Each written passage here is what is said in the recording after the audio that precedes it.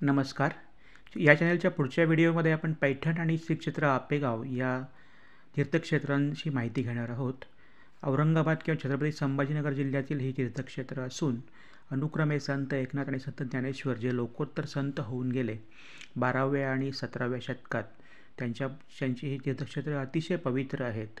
सुरुवातीला आपण पैठणबद्दल जाणूया. पैठण हे छत्रपती संभाजीनगर जिल्ह्यात औरंगाबादपासून सुमारे 41 किलोमीटरवर क्षेत्र आहे.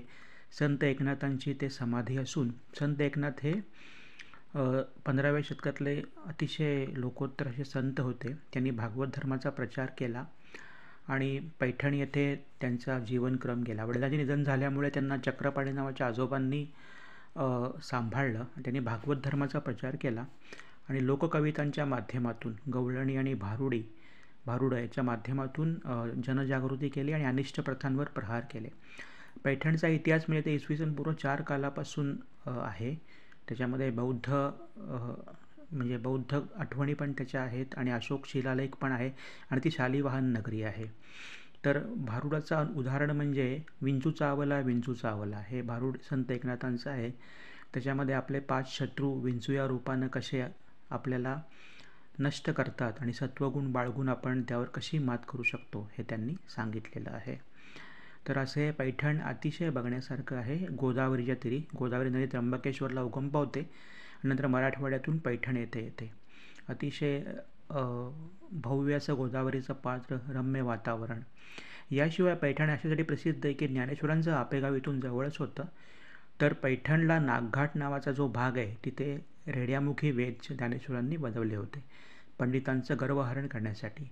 तर तो भाग हा श्री क्षेत्र पैठण आणि शालिवाहन नगरी म्हणून ओळखला जातो आणि तिथे आपण पाहता की हे ठिकाण आहे जिथे रेड्यामुखी वेद बजवले होते. ते एक स्मारक किंवा मंदिर म्हणून त्यांनी घोषित केलेलं आहे. तर अतिशय रम्य असं हे ठिकाण आणि संत अनुभूती येणारं ठिकाण सर्वांनी पाहावं असंच आहे. पुणे नगर शेवगाव असा मार्ग आहे किंवा मुंबई नाशिक असा मार्ग आहे. तर अशा पैठणची सफर आपण केली. अतिशय रम्य असं ठिकाण आणि ते महोत्सव असतात एकनाथांच्या पुण्यतिथीला वगैरे आणि तेव्हा खूप गर्दी होते. यानंतर आपण दुसरं ठिकाण पाहणार आहोत ते आपेगाव. म्हणजे पैठणपासून अगदी 7 ते 8 किलोमीटर श्री क्षेत्र आपेगाव आहे.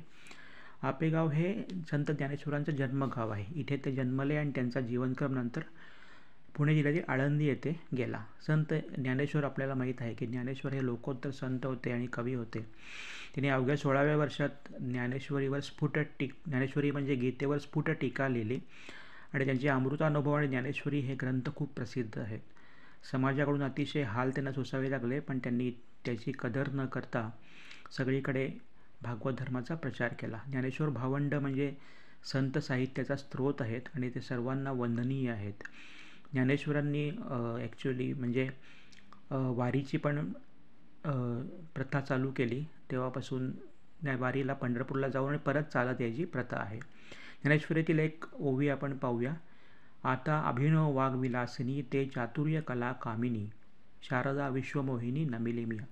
म्हणजे जी ती वाणी अपूर्व आहे अशा देवीला मी वंदन करतो. अशा अनेक ओव्या आहेत ज्ञानेश्वरीमध्ये आणि गीतेतील प्रसंग सांगतात. तर असं हे आपेगाव गोदावरी नदीच्या तीरावरच आहे, भव्य अशा परिसरात. आणि तिथे ज्ञानेश्वरांच्या आयुष्यातील प्रसंग दाखवणारी भित्तिशिल्प आहेत. म्हणजे रेड्यामुखी वेद बजवले म्हणा किंवा ज्ञानेश्वर आपल्या कुटुंबाबरोबर आणि चांगदेवांचं गर्भहरण भिंत चालून इत्यादी भित्तिशिल्प आहेत आणि शिवाय भावंडांची काही शिल्प आहेत. आता ह्याचं नूतनीकरण झालं असावं. हे ठिकाण अतिशय छोटंसं पण रम्य आहे. परत गोदावरी तीराच्या काठी आहे आणि ते नेहमी भजन कीर्तन आणि हरिनाम होत असतं. तर अशा तऱ्हेनं हे ठिकाण सर्वांनी पाहावं असंच आहे. पैठण आणि आपेगाव एकाच दिवशी होणारी ही ठिकाणं आहेत.